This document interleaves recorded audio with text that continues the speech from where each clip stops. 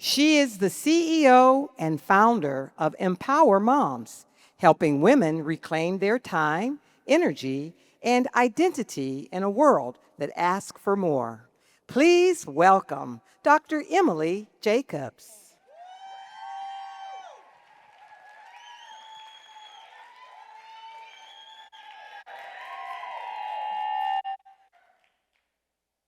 July 11th, 2017, my life changed forever.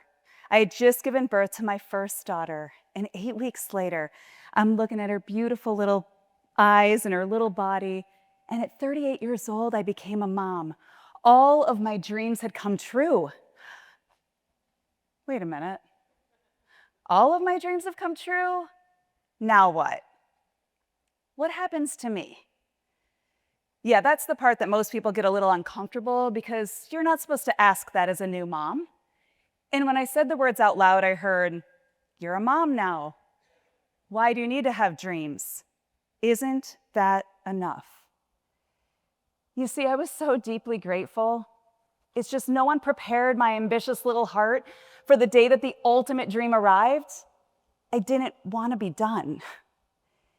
And so I took those selfish thoughts and I tucked them in my pocket. Actually, I shoved them so far down because of the shame I felt. I had been a people-pleasing perfectionist my entire life. I attached my worth to how others felt about me. If they were happy, I felt seen. If they were disappointed, I felt like I had failed. And the thing is, nobody calls this burnout because it's disguised in excellence. But I was exhausted in it. You see, I had seen a similar pattern in my own mom. Vibrant, joyful, so full of life. But over the years and behind closed doors, "I'm fine" wasn't acceptable to me anymore. You see, I watched my own mom give up on her dreams, give up on herself, and give up on her life. And nobody called that burnout back then. They called it being a good mom. In 2020, I gave birth to my second beautiful daughter, 2 weeks after my mom died. And while holding this beautiful little soul, a different realization hit me. If I keep living my life that way, then that's the way my story ends too. And not just mine, my daughter's. In that moment, I realized self-sacrifice was not the legacy I was willing to pass on. I had become the cycle breaker. And I am on a mission to help each and every one of you live your life for you and stop losing yourself in people-pleasing and burnout. Now, I want to ask you a question. How many of you consider yourself a giver? A yes person? How many of you would say yes before I even finish asking the question? Okay, good, I'm in good company. Yeah, you're the dependable one. You're the reliable one. And you, I can see you over there. See, she's laughing. You're the one that says yes before you even checked your calendar. The thing is, when you give and give and give, what's left for you at the end of the day? We call it success, we call it love, we call it hardworking. But what if these are the things that are erasing us? One yes when we meant no. One moment, for my peacemakers out there, when someone else's comfort mattered more than your limit. You see, I've worked with hundreds of high achievers over the years, and burnout doesn't start with a collapse, it starts with overgiving. We become cultured to believe that this is the way that success looks like. When our sympathetic nervous system, survival mode, never leaves, our cortisol stays elevated while we are declining. The parasympathetic drive, meant to rest, restore, and recover, never gets a chance to do its job. As a former cardiovascular nurse for 2 decades, I think of it like our blood pressure. The higher number is systolic, that's your pump and drive. But the diastolic, this is where the magic comes in. During diastole, blood is getting returned to your heart, receives the oxygen it needs to perfuse and give life to your entire body. You see where I'm going with this? You can't have one without the other. But high achievers live up here. Constant pressure, constant push, no recovery. And the dangerous part about it all, it's so productive. I was an expert at it.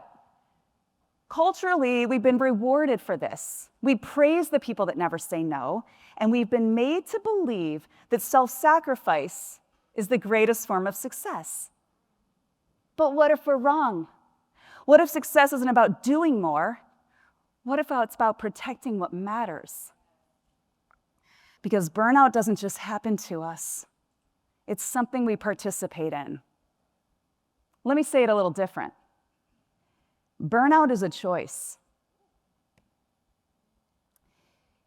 In the Empowered Moms community I've been leading since 2023, I've coached hundreds of high-achieving women who look successful on the outside, but completely depleted on the inside.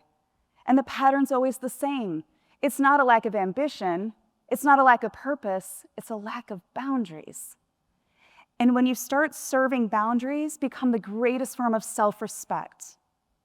Your clarity will start increasing, your confidence comes back, and you live a life that doesn't have a lot to do with self-sacrifice anymore. Now, there's 3 boundaries I want to talk to you about, but before I do, there's one question I want you to ask yourself. Before your next yes, I want you to ask this: would I choose this? And you can get a little bit more specific. Would I choose this if I wasn't afraid to disappoint somebody? Would I choose this if I wasn't trying to gain approval? Would I choose this if I didn't care what people think? All right, here's the 3 boundaries that I wrote about in my book, Live Your Life for You, Not Your Mom. Yeah, that's actually the title. Yep. Number 1, before your next yes, number 1, you're gonna pause. No, I know that's uncomfortable, but like literally do nothing. Don't be so quick to respond to someone's non-emergent request, okay? In that space, that deep breath I just took is where boundaries start. Number 2, consider your choices. Every yes has a cost. So when you say yes to one thing, think about, what am I about to say no to? You know, it's probably something a little selfish, right? Like taking care of ourselves. And number 3, consider your act in alignment. Separate your worth from others' approval. Because boundaries allow us to give from a place of choice, so please choose peace over pressure. Pause, consider your choices, and act in alignment. Because this is not just about us, it's about who's watching. And if my daughters see me lose myself in people-pleasing and in burnout, they will think that that's what's required of them too. But if they see me protect my boundaries, protect my peace, and protect my purpose, then they will live a life of boundaries unapologetically. Oh, and they already do, trust me. So when I think back to 2017, I don't see the day my dreams ended. I see the day they demanded to be protected. And I wonder something for you today. What would happen if you protected your peace the same way? What would happen if one small no this week made room for you? So the next time you feel that automatic yes, pause, consider your choices, and act in alignment. Because I guarantee you, you were not put here on earth to live burned out. So say yes to less, so you can finally say yes to you. Thank you.